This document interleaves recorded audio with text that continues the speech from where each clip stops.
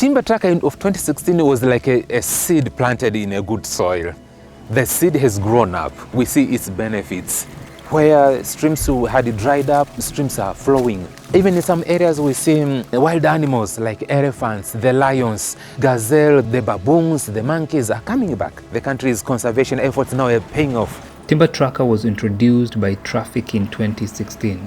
Now Tanzania Forest Service has taken the timber tracker and rolled it out across the country.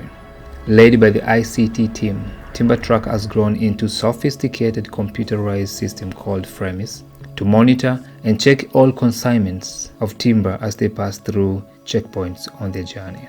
I can log into my Fremis system as a licensing officer, and I can see the movement of forest produce all over Tanzania.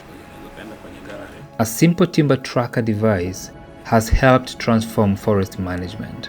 Revenue from timber has increased by nearly 50% as illegal trade is stamped out and traders engage in sustainable and legal timber trade. We knew some dealers were skipping checkpoints, but we didn't know the magnitude until we introduced the automatic penalty system in our timber tracker system. So we introduced it in 2022-2023, and if you see the graph, which shows a number of vehicles that passed through checkpoints and the number of vehicles which were apprehended because they skipped checkpoints, it was shocking because the graph went on very high on that particular year, but the graph of the following year dropped a lot. At least now this timber tracker system has helped us to increase compliance with our clients. 55% of mainland Tanzania is covered by forest. The Tanzanian Forest Service manages this precious resource and oversees movement of all forest products, including timber, charcoal, bees, and honey.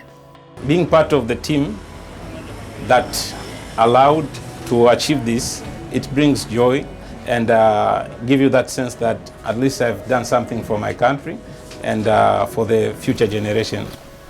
I become very happy if I see people comply and if people understand that it's your responsibility to conserve and preserve the forest for the future generation.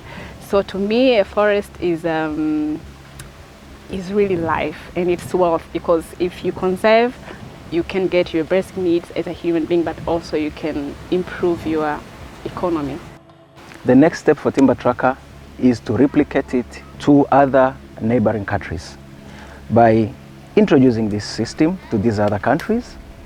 And it's very important because through that we can be able to counter cross-border trafficking of timber.